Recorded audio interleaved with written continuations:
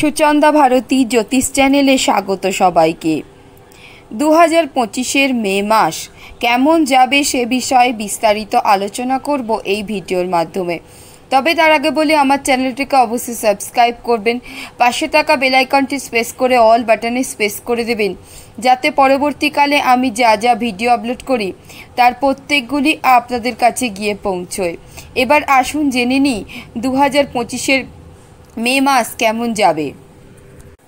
প্রথমে শনির 7.5 শুরু হয়ে গেছে মেষ রাশির জাতক বা জাতিকাদের ক্ষেত্রে 29শে মার্চ থেকে। আর মে মাসে রাহু কেতুর পরিবর্তন হবে, তার সাথে সাথে রাহু কেতুর রাশি পরিবর্তনের সাথে সাথে বৃহস্পতিরও রাশি পরিবর্তন হবে এই মে মাসেই। বৃহস্পতি মেষ রাশির জাতক বা জাতিকাদের ক্ষেত্রে দ্বিতীয় স্থান থেকে অর্থাৎ বৃষ রাশি থেকে মিথুন রাশিতে তৃতীয় স্থানে প্রবেশ করতে চলেছেন মে মাসে।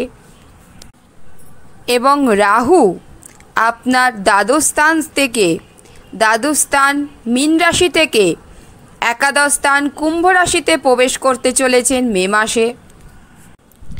কেতু আপনার পঞ্চমে অবস্থান করবেন মেষ রাশির জাতক বা জাতিকাদের ক্ষেত্রে।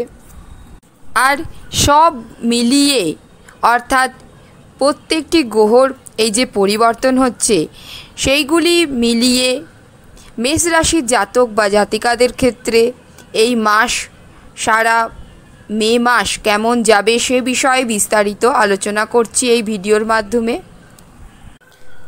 আপনার শিক্ষা, আপনার স্বাস্থ্য, আপনার প্রেম, আপনার বিদ্যা, আপনার বিবাহ প্রভৃতি সম্পর্কেই আলোচনা করছি এই ভিডিওতে।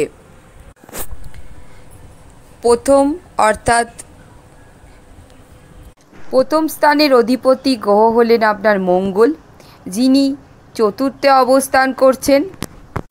আর মঙ্গলের কোনো রকমের পরিবর্তন হবে না, অর্থাৎ মঙ্গল কোনো রকমের রাশি পরিবর্তন করবেন না, চতুর্থে অবস্থান করবেন।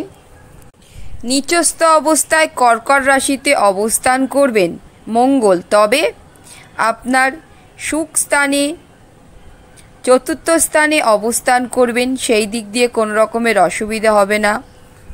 আর বাকি গ্রহগুলির অবস্থান দেখলে রবির অবস্থান ভালো আছে, অর্থাৎ রবি শুভ অবস্থায় থাকবেন, বৃহস্পতি শুভ অবস্থায় থাকবেন, রাহুও শুভ অবস্থাতেই থাকবে। শুধু বুধ একটু, শনি রাহুর সাথে বুধ অবস্থান করবেন, কিছুটা পরিমাণে অশুভ হবে। আর মীন রাশিতে নিচস্থ অবস্থায় অবস্থান করবেন দ্বাদশতম স্থানে, মেষ রাশিদের দ্বাদশতম স্থানে অবস্থান করবেন। আর তাই চর্ম রোগ সম্পর্কিত কোনো রকমের সমস্যায় আপনাকে ভুগতে হতে পারে মেষ রাশির জাতক বা জাতিকাদের ক্ষেত্রে। কোনো রকমের অ্যালার্জি, র্যাশ এই রকমের সমস্যা বা চর্ম রোগজনিত কোনো রকমের সমস্যায় আপনাকে ভুগতে হতে পারে, সেই দিক দিয়ে অবশ্যই আপনাকে সাবধানে থাকতে হবে মেষ রাশির জাতক বা জাতিকাদের ক্ষেত্রে। তবে খুব একটা বড় কিছু ধরনের শারীরিক সমস্যায় আপনাকে ভুগতে হবে না মে মাসে মেষ রাশির জাতক বা জাতিকাদেরকে। মঙ্গল নিচস্থ অবস্থায় অবস্থান করবেন, তাই আপনার ক্ষেত্রে ভ্রমণের সম্ভাবনা বৃদ্ধি পাবে। এবার আসছি মেষ রাশির জাতক বা জাতিকারা যারা পড়াশোনার সাথে যুক্ত বা শিক্ষার্থী রয়েছেন তাদের ক্ষেত্রে। আর পঞ্চমপতি রবি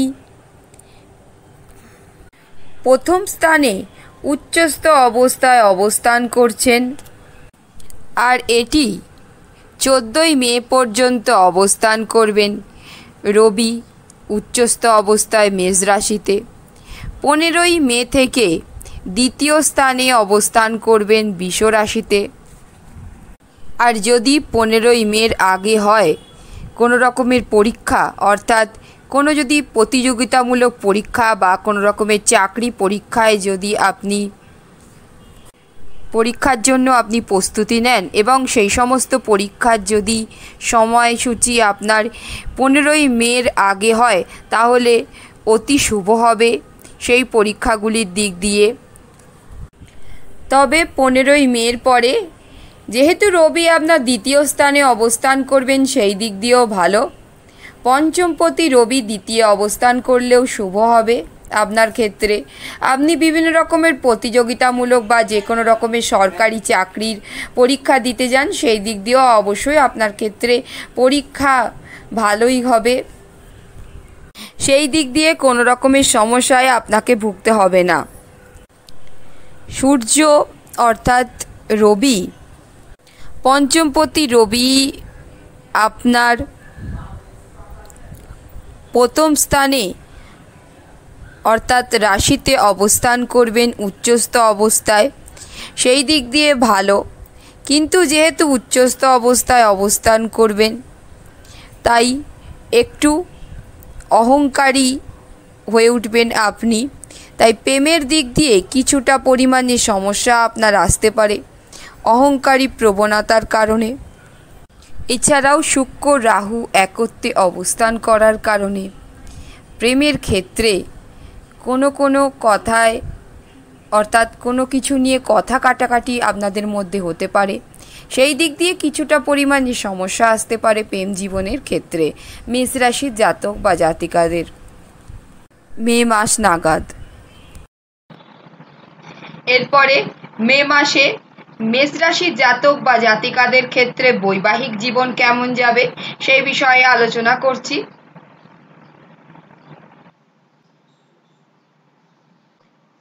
শুক্র আপনার দ্বাদশ ঘরে অবস্থান করবেন রাহুর সাথে এবং মঙ্গল চতুর্থে অবস্থান করবেন। আর তাই স্বামী বা স্ত্রীর সাথে অর্থাৎ আপনার জীবনসঙ্গীর সাথে আপনি কোনো জায়গায় ভ্রমণে যেতে পারেন সেই যোগ রয়েছে। এছাড়াও কোনো কিছু ধর্মীয় স্থানে বা আধ্যাত্মিক স্থানে ভ্রমণ করতে যেতে পারেন স্বামী বা স্ত্রীর সাথে, সেই যোগও রয়েছে মেষ রাশির জাতক বা জাতিকাদের ক্ষেত্রে মে মাসে। তাই সব দিক দিয়ে বলতে গেলে বৈবাহিক জীবন মেষ রাশির জাতক বা জাতিকাদের ক্ষেত্রে মে মাসে মোটামুটি ভালোই যাবে। আপনার স্বামী বা স্ত্রীর সাথে সম্পর্ক আপনার ভালোই কাটবে মে মাসে। তবে মাঝে মাঝে কোনো কিছু জিনিস নিয়ে কিছুটা পরিমাণে মনোমালিন্য হতে পারে সেই দিক দিয়ে। তবে বাকি সমস্ত দিক দিয়ে বলতে গেলে সেই রকম কোনো সমস্যায় আপনাকে পড়তে হবে না। আপনার বৈবাহিক জীবন মোটামুটি ভালোই যাবে মে মাসে। এরপরে মে মাসে 2025-এ আপনার ভাগ্য, আপনার ব্যবসা এবং আপনার কর্ম জীবন কেমন যাবে সেই বিষয়ে আলোচনা করছি। মেষ রাশিদের ক্ষেত্রে আপনার নবমপতি বা নবম স্থান হলো ভাগ্যস্থান, আর নবমপতি বৃহস্পতি আপনার তৃতীয় অবস্থান করবেন মে মাসে। আর তৃতীয় অবস্থান করে দেবগুরু বৃহস্পতি নিজের ঘরের ওপরে নবম স্থানে ধনু রাশিতে দৃষ্টি দেবেন। আর এছাড়া নবমপতি বা ভাগ্যপতিও বৃহস্পতি, আর তাই বৃহস্পতির দৃষ্টি নিজের ঘরের ওপরেই নবম স্থানে ধনু রাশিতে পড়বে। সমস্ত দিক দিয়ে তাই ভাগ্যে উন্নতি হবে এই মাসে মে মাসে। যেহেতু নিজের ঘরের ওপরেই বৃহস্পতি দৃষ্টি দেবেন, সমস্ত দিক দিয়ে ভাগ্যের উন্নতি যেমন হবে, সমস্ত দিক দিয়ে যোগাযোগ সুযোগ সুবিধে পাওয়া সম্ভব হবে, ভাগ্যের সুযোগ সুবিধে পাওয়া সম্ভব হবে তাই সেই ক্ষেত্রে। আর তাই মেষ রাশির জাতক বা জাতিকারা জীবনে যদি নতুন কোনো পদক্ষেপ গ্রহণ করতে চান, যদি নতুন করে কোনো কর্মে নিজেকে যুক্ত করতে চান, সমস্ত দিক দিয়েই 14ই মের পর থেকে শুভ হতে চলেছে। দেবগুরু বৃহস্পতির কৃপায় ভাগ্যে আপনার উন্নতি হবে, যেমন তেমনি ভাগ্যের দিক দিয়ে আপনি স্বাদ পাবেন। ভাগ্যের স্বাদ পাওয়া আপনার পক্ষে সম্ভব হবে। এবং দেবগুরু বৃহস্পতির দৃষ্টি, নবম দৃষ্টি আপনার একাদশ স্থানে পড়বে। আর ভাগ্যপতি বৃহস্পতির দৃষ্টি আপনার একাদশ স্থানে পড়ার কারণে সেই দিক দিয়ে খুবই শুভ। আপনার আয় যথেষ্ট পরিমাণে বৃদ্ধি পাবে। আপনার পদোন্নতি ঘটবে কর্মক্ষেত্রে, সেই দিক দিয়ে কোনো রকমের অসুবিধা হবে না, যেহেতু নবমপতি ভাগ্যপতি বৃহস্পতির দৃষ্টি আপনার একাদশ স্থানে পড়বে।